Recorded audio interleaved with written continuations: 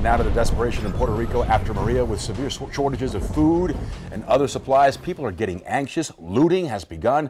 Surveillance at a San Juan supermarket caught people taking everything from food and water to alcohol, even cigarettes. Puerto Ricans are fleeing in droves. Airports are packed with long lines as families leave the island, most heading to the United States to get away from the devastation. And it is destruction like this that they're escaping. This is Utuado, a city on the southern side of Puerto Rico. President Trump continues to trumpet his administration's success in dealing with the crisis in Puerto Rico, but he's about the only one. Members of Congress are slamming the president for his slow response to the disaster. Let's get to Local 10 DC Bureau Chief Ross Palumbo. He has the latest live from the White House. Ross. Well, tonight the administration is putting a new number on this disaster, now saying that 16 people have died in Puerto Rico. In the meantime, the White House also announcing that a 3-star general is heading to the island to coordinate relief efforts. As you say, the president getting strong criticism over how he's handled all of this, despite what the president himself has been saying.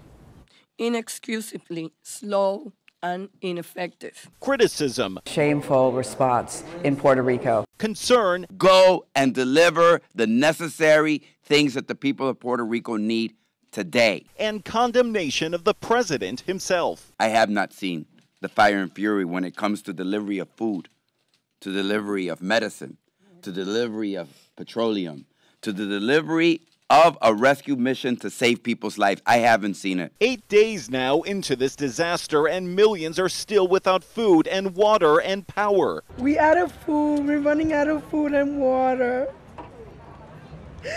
Sobs after the president himself declared his response has been amazing. We're doing a great job. The full weight of the United States government is engaged to ensure that food, water, health care, and other life-saving resources are making it to the people in need.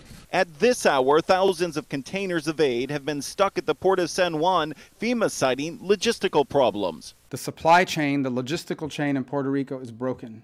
It's not just broken, it is shattered. Distribution from the island, the central ports, to the endpoints like the hospitals has been a challenge. But several aid flights from South Florida have gotten out and gotten in. Several aid flights have gotten out of South Florida and managed to get to the island and deliver food and water without having logistical problems. There's severe criticism coming from South Florida now, saying that there's mismanagement coming all the way from the president.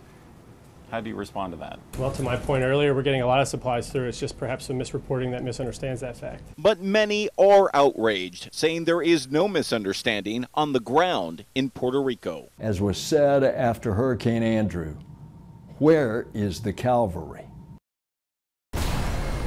And some breaking news to report to you tonight. HHS Secretary Tom Price has now just apologized. He is under investigation, Louis and Lori, as you know, for taking private charter flights to several destinations, 26 in fact, where he could have easily taken commercial flights. The total bill for that was about $400,000. Secretary Price now saying that he will pay that money back, but we understand that the Inspector General's investigation still continues. For now, it's the very latest live from the White House. I'm Ross Palumbo. Lori and Louie, back to you.